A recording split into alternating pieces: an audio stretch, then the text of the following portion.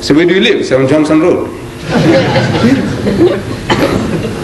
No, really, there's no... So my husband is a journalist. Johnson, I have to ask again and again, Muslim? Your husband Muslim? No indication. Mr. Hendricks. What's Hendricks? You have a Christian Hendricks or Muslim Hendricks? If I'm wrong, you must correct me. Okay? Muslim Brown, our Qari tonight, he's a Muslim Brown, and we have a Christian Brown. Am I right? Look, that means this is what our slave masters gave our forefathers. We still carry those names. In looks, when I went to the Habibia, in my previous trips, Hanif Ali was the principal. He tells me, he said, look, he's taking me through the different classes. And he said, look, just watch the features of these children in the different classes. So I'm just scanning, Assalamu alaikum, wa alaikum salam, the children respond. I'm watching the features. Next class. Next class. From pure black to pure white. And our group areas, if I was an inspector, say, you should be in an African school. And you should be in a white school. What the hell are you doing here? From pure black to pure white. Among us. Muslims all. Then I go to Stellenbosch. There was a Mr. Gabriel. He was a teacher and we were talking. He takes me to his school, colored school. He didn't tell me anything, but I was doing the same thing. Scanning the children. Wallah, from pure black to pure white. Same. That means this, your looks can't give me any indication what you are. It's only if you have a kufiya on, I said, no, this guy is a Muslim. Otherwise, no. Otherwise, the other man says the behavior. Can the coloreds understand anything about Islam? The Bushman in the Kalahari, you think he can understand anything about Islam? The Hottentot, can he? No, backward people, ignorant people, what can they understand? That mentality prevailed in Spain. These pig eaters, the Spanish people, these wine bibbers, the Spanish people, what can they understand? That arrogance. I'm telling, I say, your forefathers could?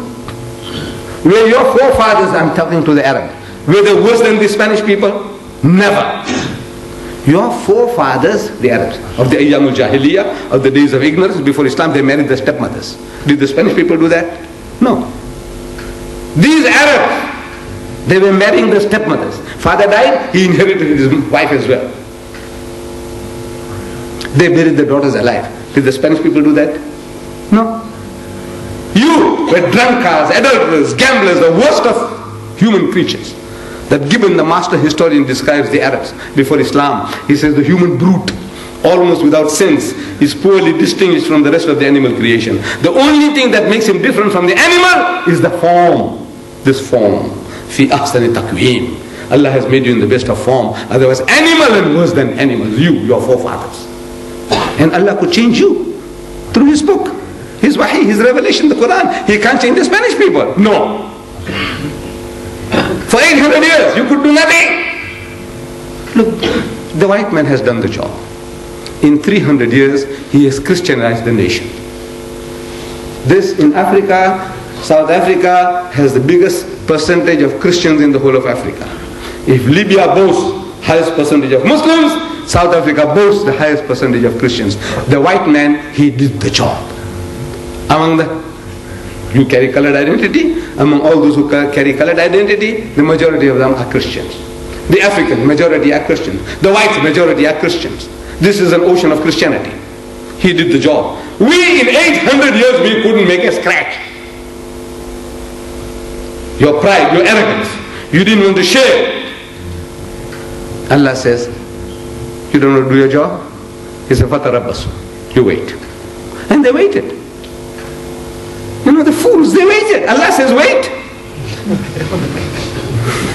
You say you're following Allah's command. No, that wait was not waiting. It's a warning. So look out. So they start looking out. Another foolish. Their language is like that at times. You say something, but you mean something else. Like a Frenchman learning English. He was trying to learn English, mastering English grammar. And he's sitting in a high rise building, skyscraper, sitting near the window and is trying to memorize his lessons. And he hears a shout. Look out! So he looked out, and a brick grazed him. Lucky he didn't die. The guy said, what the hell is this? I am told, look out, so I look out. He said, no, when we English people say look out means pass off. It doesn't mean look out, pass off. You understand? Pass off. That's African. Pass off means look out. Pass off means it's a warning. Am I right? It's a warning. See, that's a warning. Look out means be careful, be on guard. So he looked out, gets it in the head. Allah says, Fatarabas, you wait. This is not waiting. It's a warning. Like you bully some little fellow here, and he tells you, uncle, you wait. I'll bring my brother. And his brother, you know, by reputation, is the biggest hooligan in this area. In Weinberg. Yeah, the biggest hooligan in Weinberg is his brother. I'm asking, will you wait? You'll wait for him. He said, look, you wait, uncle. I'll bring my brother and come. And you're going to wait. When you know his brother is the biggest hooligan in this area, biggest bully, you wait. No, he's telling you to wait, but you run for dear life. Because you know what to expect if he comes. So Allah says, فَتَرَبَّصُوا, you wait. حَتَّى يَأْتِيَ اللَّهُ بِأَمْرِهِ, until Allah's decision comes about for your destruction. You wait for that. They waited for 800 years. Allah says you wait, and they waited. Allah is as-subur, He is long-suffering, patient. 800 years He gave you a chance to come right. And 800 years you didn't do the job. So He says, يَسْتَبْدِلْ قَوْمًا غَيْرَكُمْ, He will substitute in your place another people. ثُمَّ لَا يَكُونُ أَمْثَالَكُمْ, and they won't be like you, and He displaced them. Finished. Gone to the dogs. There was not one Muslim left after 800 years to give the azan. We are here for 300 years. Can you imagine after 300 years, wiped out to a man, not one guy left in this country to give the azan? Worse than that, after 800 years, not one fellow left in that country to give the azan. This is the punishment. You don't do your job, say, change, get out of the way, you're rubbish. You don't do your job, you don't deserve to be khair ummatin. You come to Baghdad, Samarkand, Bukhara, and the Harun al-Rashid, Mamun al-Rashid, veritable fairyland. They created a veritable fairyland.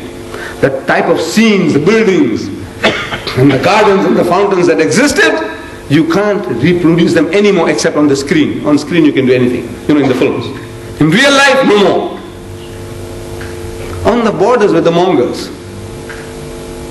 barbarians. Will they deliver the message of Islam? No. What can they understand about Islam? Same with the Buddha, what can he understand? The Bushman, what can he understand? The Bantu, what can he understand? That's the mentality. Same. What can they understand about Islam? Barbarians. You? Were you better than they? Your forefathers? No. Allah's kalam could change you, but can't change them. That's right. Allah says, فَتَرَبَّصُوا, you wait. And they waited. At the very hands of these very people, Allah destroyed them. These same barbarians, they put the Muslims in the dust. Destroyed the Islamic empire utterly. That even today the shocks of that defeat is still not gone out of our blood. The shock of those defeats is not gone out yet. All these problems is all that started there. The shocks of those defeats. They conquered us and they demoralized us utterly. History tells us, I'm ashamed even to tell you, history tells us that these Mongols, these barbarians, one guy alone, he can lead 100 Muslims like sheep and goats.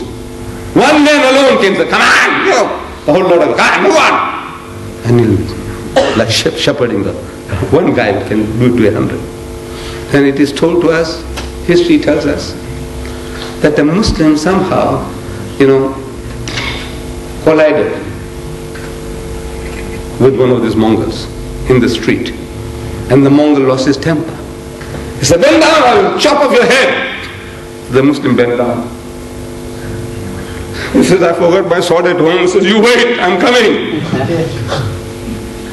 You wait, I'm coming. And the man went home, he brought his sword, the Muslim is still bent down, he's still waiting. Sword